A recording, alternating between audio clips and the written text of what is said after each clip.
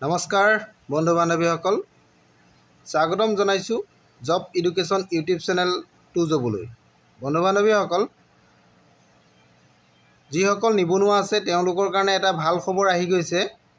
ভাল খবৰটো হৈছে SSCৰ বহুত হাজাৰ পদৰ নিযুক্তি বিজ্ঞাপন মুকলি কৰিছে।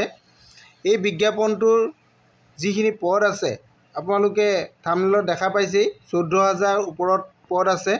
এই পদসমূহৰ সবিশেষ জানিবৰ কাৰণে আপোনালোকে ভিডিঅ'টো শেষলৈকে চাব লাগিব। গতিকে বন্ধু বান্ধৱীসকল, আপোনালোকে যদি মোৰ চেনেলত প্ৰথমবাৰলৈ আহিছে তেন্তে চেনেলটো ছাবস্ক্ৰাইব কৰি কাষতে থকা অল নটিফিকেশ্যনটো অন কৰি দিয়ক। আহকচোন আমি এই বিজ্ঞাপনটোৰ সবিশেষ আজি আলোচনা কৰোঁ।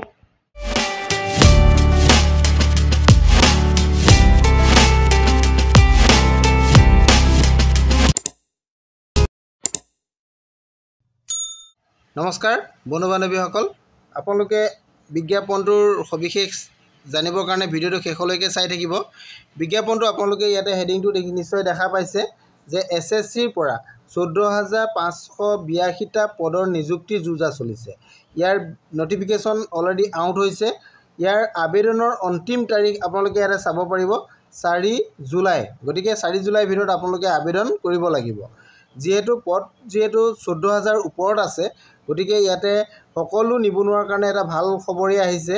গতিকে আপোনালোকে এই পদসমূহৰ কি পদ আছে ইয়াৰ সবিশেষ চাওক। মই আপোনালোকক দেখাবলৈ চেষ্টা কৰিছোঁ।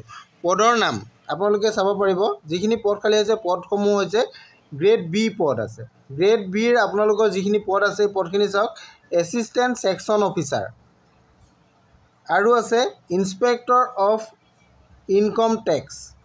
আপোনালোকে নিশ্চয় দেখিছে, inspector assistant enforcement officer, sub inspector, section head. আপোনালোকে এই পদসমূহ নিশ্চয় দেখিছে। আৰু আছে আপোনালোকৰ বিভিন্ন ধৰণৰ পদসমূহ আছে, আপোনালোকে চাই যাব পাৰিব।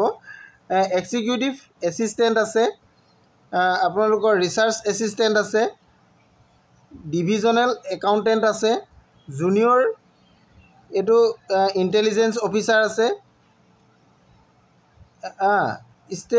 ষ্টেটিকেল ইনভেষ্টিগেটৰ আছে, অফিচ ছুপাৰিণ্টেণ্ডেণ্ট আছে। এইখিনি হৈছে আপোনালোকৰ গ্ৰেড বিৰ পদ।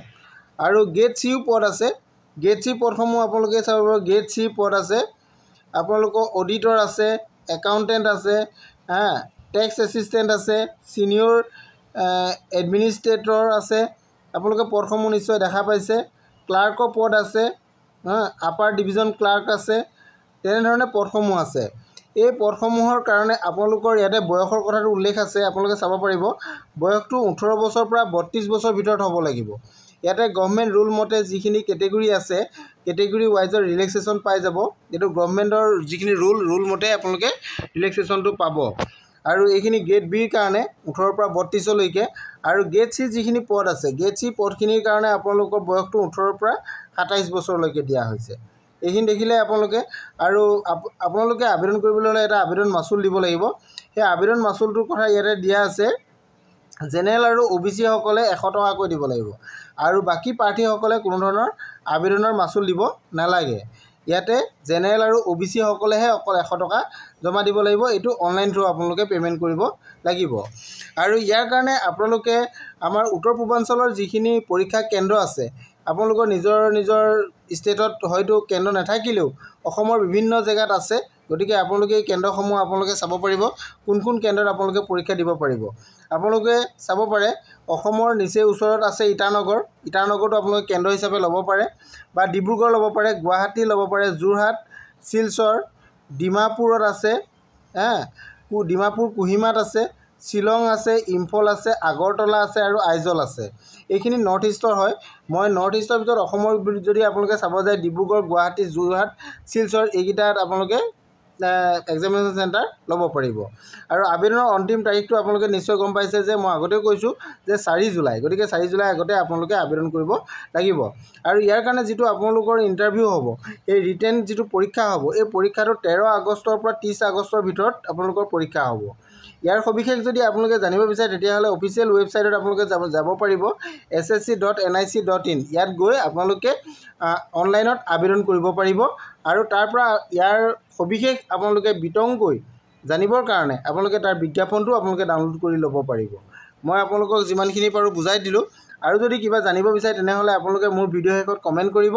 কমেণ্ট কৰিলে মই আপোনালোকক সহায় কৰিবলৈ চেষ্টা কৰিম। আজিলৈ ইমানেই। ভিডিঅ'টো যদি ভাল লাগিছে তেনেহ'লে লাইক, কমেণ্ট, শ্বেয়াৰ কৰিবলৈ নেপাহৰিব। Thank U.